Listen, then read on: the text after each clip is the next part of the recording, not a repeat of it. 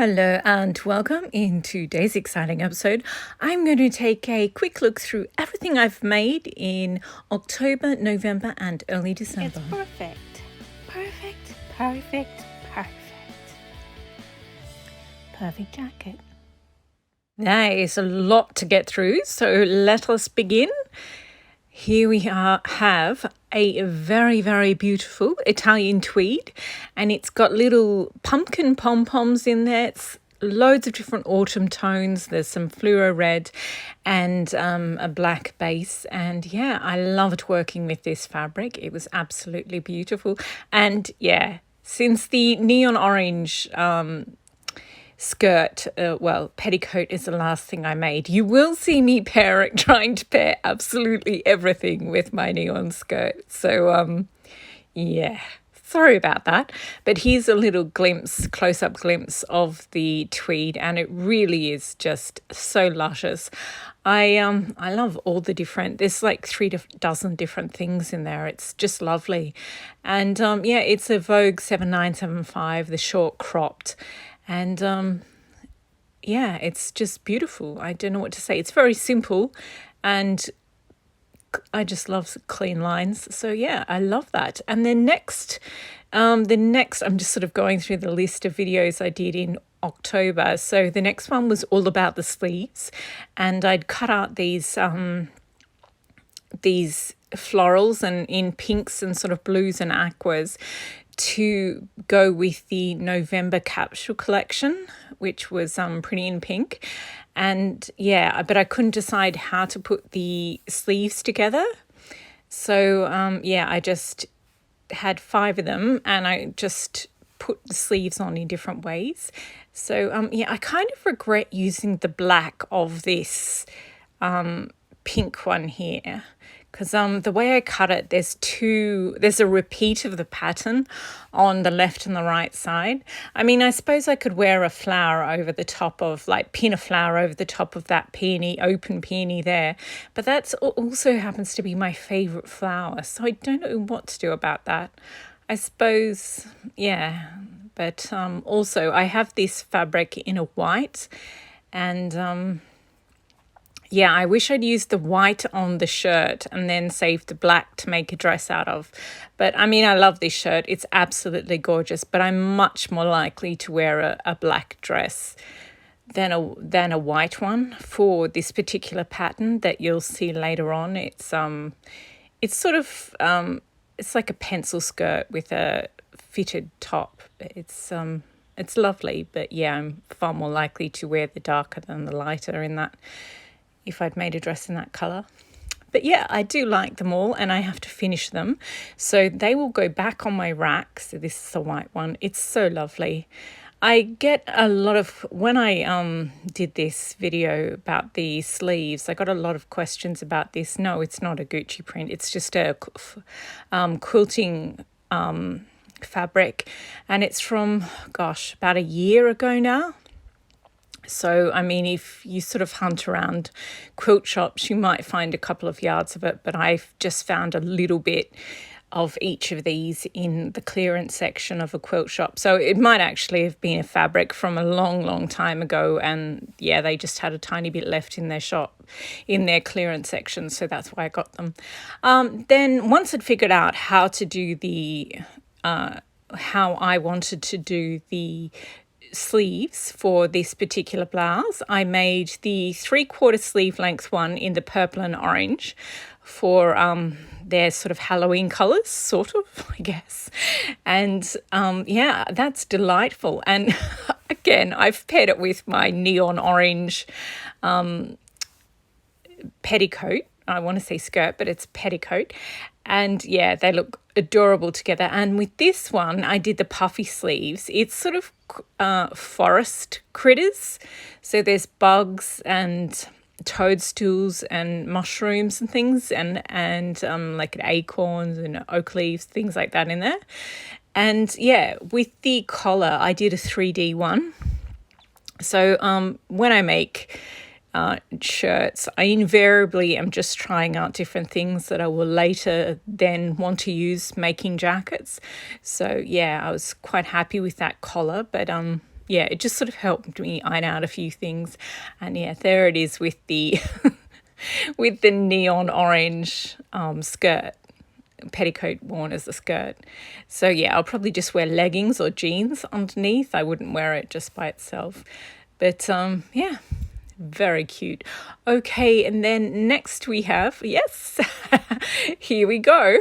Once I felt like I got the sleeves right on that shirt, then I used that sleeve pattern to make a jacket. And this is inspired by Comme des Garçons, the collection from, well, a number of different collections, but there was one where they used images of old Dutch master paintings, and they printed it on like a really large scale. And this fabric's kind of the same. It's from Fabworks in the UK, but I bought it like at the start of the year in February. I bought this, and then they sold out. I showed it in a fabric haul soon after that, and then they sold out. So unfortunately, I mean, they may have restocked, but unfortunately I think it's sold out. It's just a cotton with these gorgeous florals printed on it. And yeah, so the jacket is made. The reason there's still some pins in there is that I'm going to use beads and sequins and embellish this, but I haven't done it yet. So yeah, I just love it the way it is, but I've got this really specific idea of what I want it to look like, and it involves embellishing it with sequin and beads. So at some point, I will get around to doing that. And this is it from the side. It's just, I love everything about this. The sleeves are so ridiculously oversized, and it's sort of, yeah, and that massive, beautiful floral print sort of, yeah, they balance each other out beautifully, in my opinion. And I'm just delighted with the way that one turned out. But because of its massive size, it has to stay on the sideboard, so not get packed away. So next came the Gunny Sacks dress, and there was just a sewing challenge where Gunny Sacks is an American clothing label from the 1970s, and it's sort of historically inspired, but because it was the 70s, also very, very 70s.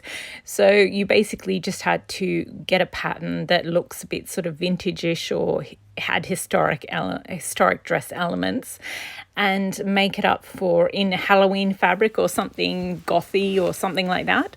So I had this fabric, and it's got historical motifs and moths and butterflies and bees and wasps and beautiful flowers and raspberries and all sorts of things in there.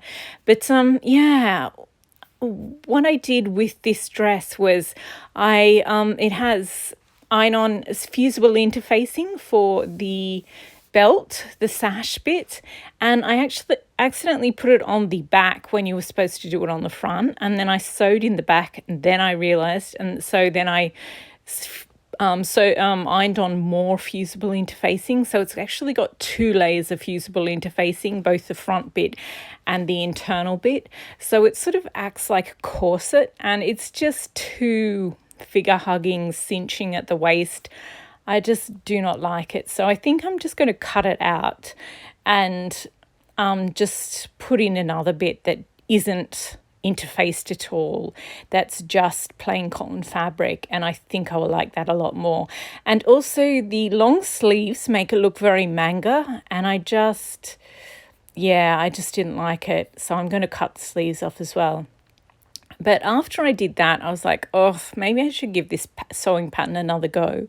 So I had this, it's a vintage reproduction, this bamboo print. It's sort of yellowish on a navy background, and it's very plain, and I don't know, I just really, really like it, and I'm really comfortable in it. And yeah, I made up this dress it's the same as the other one, the Gunny Sacks one, but obviously I use the puffy sleeves here rather than the long sleeves, and I love this. And I didn't quite have the right amount, so I sort of had to angle the sleeves and angle the waist sash, and I love it. I didn't use any fusible interfacing on this at all. It's just the cotton. And yeah, it's just so comfortable, and it's, yeah, not too figure hugging or not too, I just felt the other one sort of, I don't know, I just didn't feel okay in it. But this one I love. And this is when you tie the sashes, instead of tying them at the back, if you bring them around again and just put a knot at the front rather than a big bow at the back. I think this looks really cute.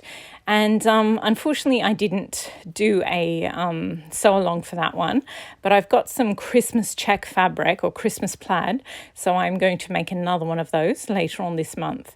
And then next we had the 1939 Vogue dress. This one's adorable. I kept putting off this dress because I was worried that if it didn't turn out okay, I'd be just so disappointed and really crushed. But then when I finally made it, yeah, I really like it. It runs smaller than I thought it would, but yeah, I kind of wanted something baggier. But now that I've made it, I don't mind it. It's not flattering in the wrong way. So yeah, when I was a kid, I was on TV for not by choice. A TV producer just called up my mum and said, "Hey, your daughter's lovely and talented. Can we have her on?" And my mum, I don't know why, she said yes. So yeah, I just do not like unwanted attention at all. So yeah, that's why I sort of prefer baggy always. And I put snaps in the side here, snappy snaps. And yeah, the whole time I was stitching them on, I just said to myself, snappy snaps, snappy snaps. So yeah, I love snaps. I just think they are the coolest. There was a craze for them in well, from about the 19 teens to the 1930s. So yeah, I love using them because they're so period authentic. Anyway, this dress does have pockets, but I had to sort of stuff the pockets because they match too well. So yeah, they're very cute. And then that's the end of October, and then we're November, and I just saw this picture of a black house decorated with pink on Instagram, and it's delightful. So I thought I'd include that. But yeah, here we have my pink capsule wardrobe, and I started with this Vogue pattern, and yeah, I was so disappointed. So the pink one is dress A, and here it is with the petticoat underneath it. It looks delightful with the petticoat underneath it. So the pink one with the V-neck is dress A, and the flamingo, the one at the side, is dress B. So I did make both of them eventually, but yeah, the first time I made the pink one and the other. Well, how exactly do you describe the other dress? I think we'll just show her to you. She's fabulous. So it's I didn't quite have enough of either of the fabrics. So I was like, I know, I'll pattern clash. And yeah, it's spectacular. I wouldn't call it an abject failure, but I just think it's hilarious. It's 3 yards of rope fabric in pink and white are what the skirt is made of, and then there's a massive band around the bottom, and which matches the fabric that I used on the bodice. And I don't know, it is a lot, but yeah, I kind of like it. And now this is me. I got out a box of pink tweed jackets, and I'm trying to find something that matches this musk pink one. I think this is a good match in retrospect. But yeah, I haven't had this jacket out in ages. The green sequin that are the base of that beaded trim, they are vintage sequins, and that's just about all I have of those green ones. So I kind of want to pull them apart and use the green ones on an actual green jacket, but I've left it as it is at the moment. It's quite an interesting tweed because it's made out of ribbons that are threaded through a sort of cotton fabric. Anyway, so here, yeah, I'm just cycling through it's a box in my storage boxes, I store carefully 8 different tweed jackets sort of laying on top of each other, and with some tissue paper in there as well. this one is another Linton tweed in, you can't really tell, but it's white, beige, black and baby pink, and it's just beautiful. And I quite like the beading I did for that one. This is a Valentino tweed. Isn't it beautiful? And it's a full length. I don't often make the Vogue 7975 jacket in a full length because I have a short torso. So I look so much better in a cropped jacket. Plus, it means I have to buy less fabric, so I can buy a more expensive tweed. And this is my inspired by Valentino jacket that I made. And yeah. So I'll stop playing with the jackets now and go back to talking about the two dresses. So I've swapped and I've put the petticoat under this one here. And I had too much lengthwise. I had too much for of that rope fabric. So instead of just hacking it off and cutting it, I ruched it up, and I just think it's fabulous. So at some point I think I'll just wear it a few times next year, and then maybe once my fabric stash has gone down a bit, then I'll pull this dress out again and I'll pull it apart and use it for bits, because there is a whole 3 yards worth in the dress, in the skirt of this dress. So you can make an entire dress out of 3 yards. So I might do that sort of, in 12 months or so. But for now, I just think it's hilarious and I'm going to wear it. Even if it's just, when I don't want to do some house cleaning or something, I think I'll put that on and maybe whack a tiara on and just, have some fun with it, because it is just, I don't think anyone could be serious. You can't have a serious conversation when you're wearing a dress like that. So yeah, it's value for money, just because I just laugh every time. It just makes me chuckle. It's adorable. Okay, so after I did those two, the next one was the Rita dress, which is the one on the right. Yes, and that's Butterick 6055, and I love the pockets. The reason I got it was those big pockets. And you can see, if you saw my episode where I made the fluoro orange, the neon orange petticoat, then you can actually see the neon orange sort of reflected underneath this one. So I think I'll make another petticoat in pink. I have some pink netting. So I think I'll do that. And this is what it looks like if you wear a sash around the neck. It sort of has that sailor. It looks like a sailor suit a little bit. And I love that look. I think it's awesome. And then, it looks very different with the petticoat underneath it. I think it's beautiful.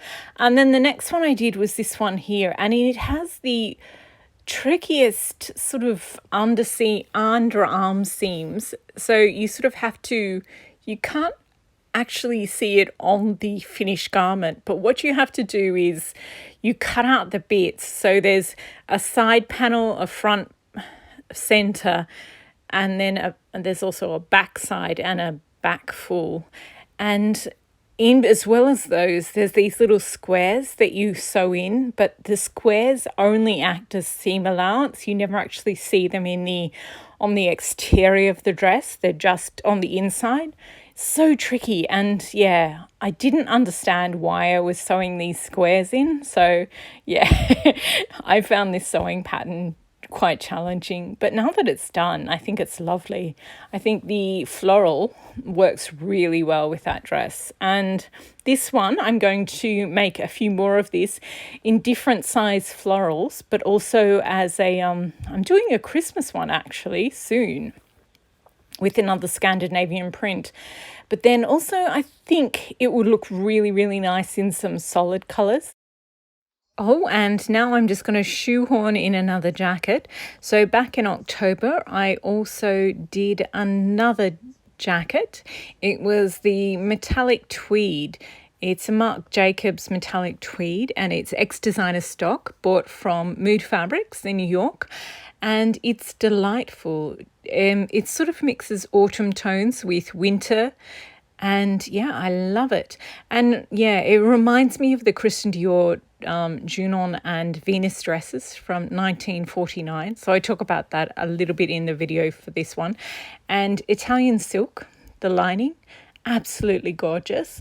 And it's the very last bit of that silk that I'm using in this jacket. So yeah, I was a bit sad about that, but it looks fabulous and it feels lovely. I love the buttery softness of silk as a lining, and it just ages so well on the jackets. Like, I started making my own jackets about 13 years ago, and yeah, the silk lining just holds up so well.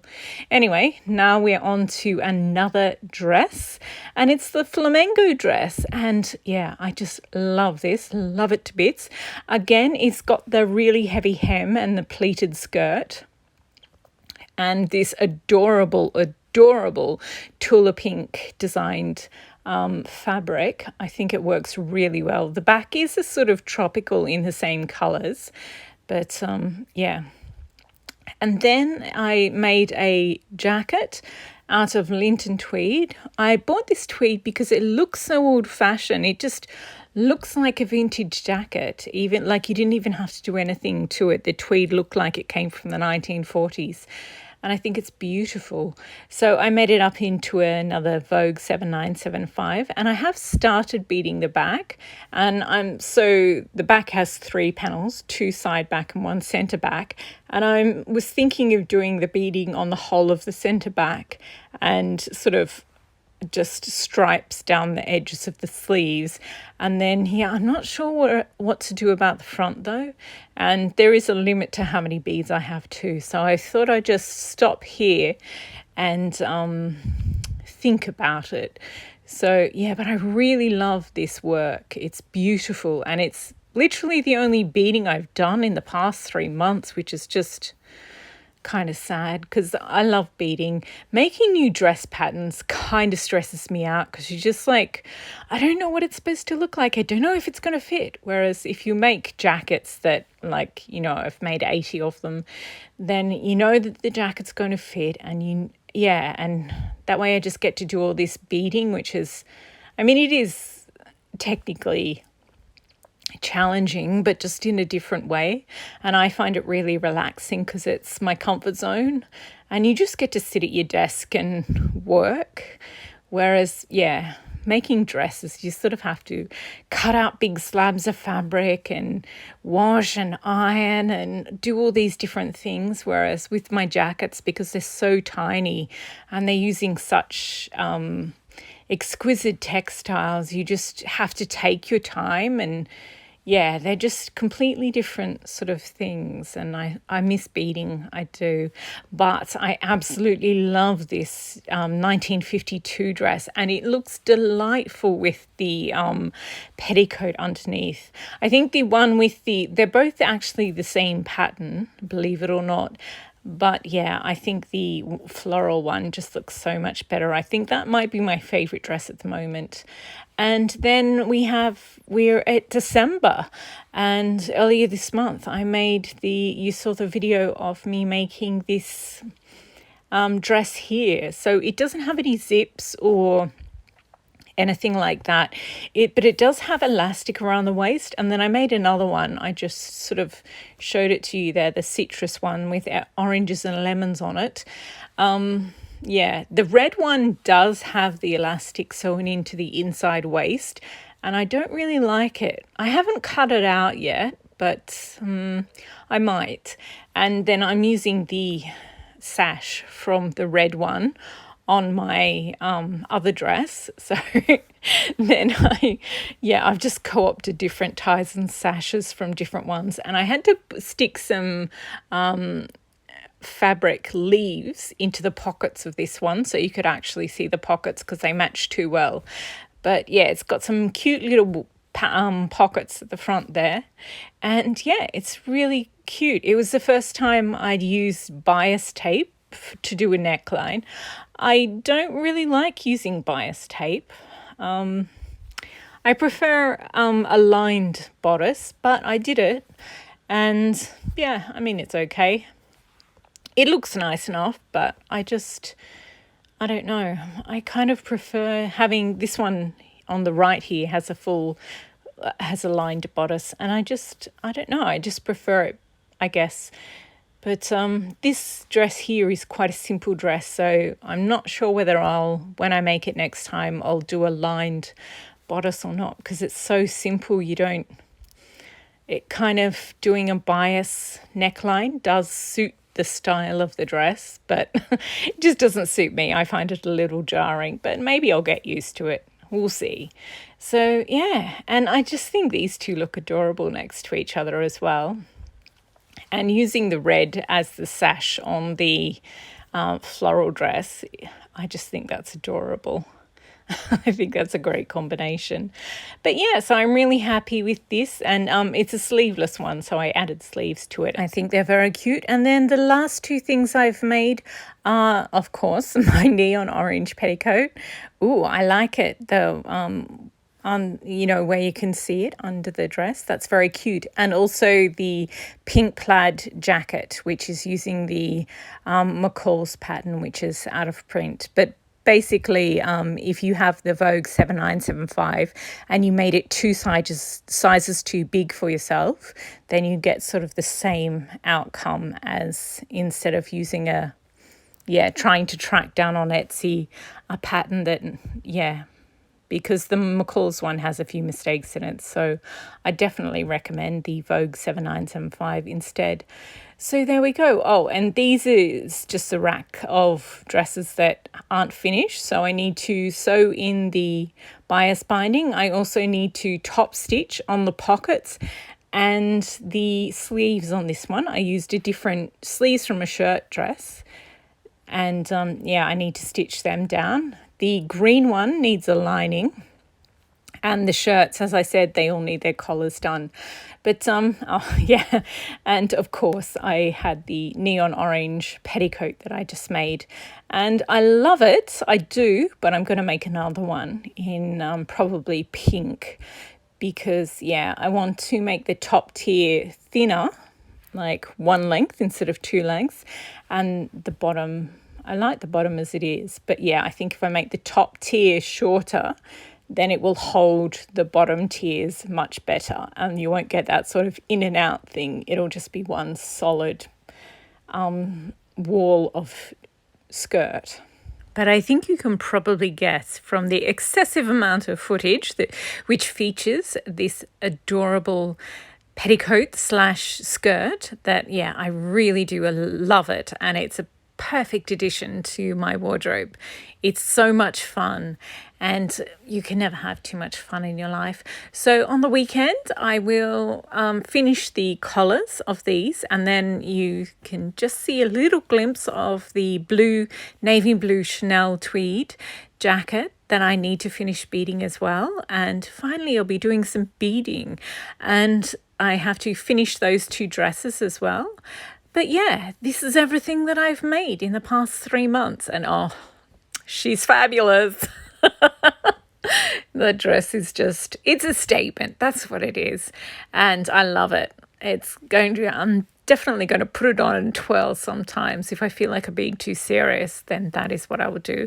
Love these shirts. Love them to bits. They turned out so cute. And it's so nice when you buy fabrics, because I think I definitely bought that forest one back last year, and I was like, oh, that's going to make a nice spring dress or a shirt. And then I finally made them up, and I was like, oh, they do look pretty, they do. So that was nice, because when you buy something, you're like, oh, that's cute, and then when it sits there for a while, you're like, should I have bought it, or should I have just looked at it and said, that's cute, and sort of not bought it? So I'm glad I did, and I'm glad I made them up, because they look very adorable and very wearable too. I think that's what I like about all the things I've made. They're quite wearable, and they slide seamlessly into my wardrobe. This one is one of my two favorites. This and the floral 1952 one. I think they are my favorites just because they are so wearable. I know I'll just wear them every single day. But also the neon orange. Okay, I just love everything. Oh, and the flamingo. Definitely love that too. Anyway, thank you for watching and happy Vlogmas. And I'm going to go make the holly version of the 1952 dress now, I think.